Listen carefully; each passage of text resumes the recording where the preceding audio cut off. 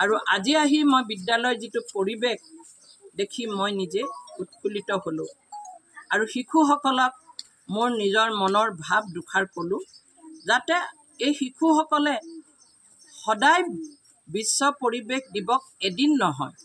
তেওঁলোকৰ মনোভাৱ এনেকৈ গঢ়ি নিব লাগিব যে সদায় বিশ্ব পৰিৱেশ দিৱস আমাৰ পালন কৰিব লাগে এটা গছপুলি ৰুই তাতেই আজি আমি সামৰি হৈ গ'ল আমাৰ বিশ্ব পৰিৱেশ দিৱস এই নহয়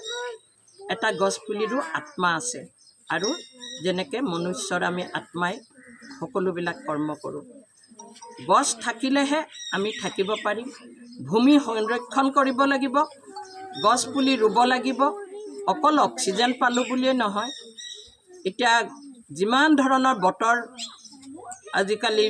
বিভিন্ন ধৰণে যেতিয়া ৰ'দ আহে আমি কওঁ কিমান কষ্ট পাইছোঁ কিন্তু ডেইলি যদি আমি দুজোপা গছ ৰুওঁ আমি আগবাঢ়িব পাৰিম অলপ ছাঁটো পাব স্কুলখনৰ শিশুবিলাকে আৰু